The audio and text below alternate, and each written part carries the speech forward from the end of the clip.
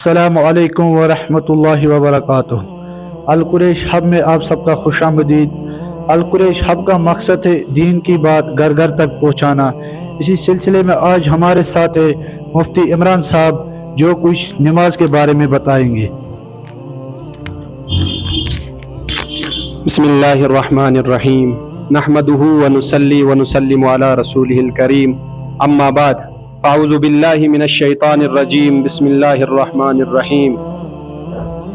ان الصلاة تنہی عن الفحشاء والمنکر، وقال النبی صلی اللہ علیہ وسلم بنی الاسلام علی خمس واولها شہادۃ ان لا الہ الا اللہ واشہد ان محمدا عبدہ ورسولہ واقام الصلاۃ وایتاء الزکاۃ والحج وصوم رمضان او کما قال علیہ الصلاۃ والسلام۔ اللہ تبارک و تعالیٰ نے قرآن کریم کے اندر نماز کے متعلق بیان فرمایا کہ نماز بے حیائی اور برائی سے روکتی ہے۔ نماز جو ہے وہ بے حیائی اور برائی سے روکتی ہے۔ نبی اکرم صلی اللہ علیہ وسلم نے اس نماز کو دین کا ایک اہم شعبہ بتایا ہے۔ بنی الاسلام علی خمس، یعنی اسلام کی بنیاد 5 چیزوں پر ہے، جسے ستون، 5 ستونوں پر جب ہم مکان بناتے ہیں تو ستون کے بغیر مکان نہیں ٹکتا۔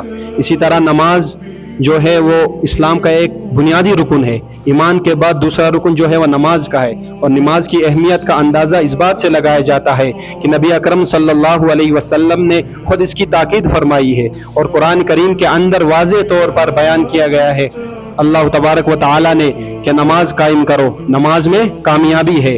اس لیے ہمیں نمازوں کی پابندی کرنی چاہیے۔ نماز کیا کرنی چاہیے؟ نماز کی اہمیت ہمیں جاننی ہے، کیونکہ نماز ہمیں بے حیائی اور برے کاموں سے روکتی ہے۔ نماز ہی واحد ایسا علاج ہے جس سے ہم برے کام چھوڑ سکتے ہیں، جس کی وجہ سے ہم برے کاموں سے ہم رک جاتے ہیں۔ اسی طرح نبی اکرم صلی اللہ علیہ وسلم نے اس کو بنیادی قرار دیا گیا ہے، اور کفر اور اسلام کے درمیان نماز ہی آڑ ہے، یعنی جس شخص نے نماز کو چھوڑ دیا گویا اس نے کفر والا عمل کیا۔ نبی اکرم صلی اللہ علیہ وسلم نے ارشاد فرمایا من ترک الصلاۃ متعمدا فقد کفر، جس شخص نے جان بوجھ کر نماز چھوڑی گویا اس نے کفر والا عمل کیا۔ تو کتنی سخت بات نبی اکرم صلی اللہ علیہ وسلم نے فرمائی۔ تو ہمیں اپنے گریبانوں میں جا کر دیکھنا چاہیے کہ ہم دن میں کتنی نمازیں غائب کرتے ہیں۔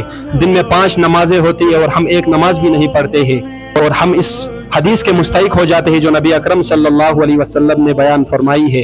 اسی لیے ہمیں نماز کی پابندی کرنی چاہیے، اور اپنے گھر والوں کو بھی نماز کی تاکید کرنی چاہیے، کیونکہ نماز ہی جو ہے کل قیامت کے دن سب سے پہلے نماز ہی کا حساب ہوگا۔ حدیث شریف میں نبی اکرم صلی اللہ علیہ وسلم نے ارشاد فرمایا کہ اول ما یحاسب به العبد یوم القیامہ، کہ کل قیامت کے دن سب سے پہلے جو حساب ہوگا بندے کو اللہ کے سامنے وہ نماز کے متعلق ہوگا۔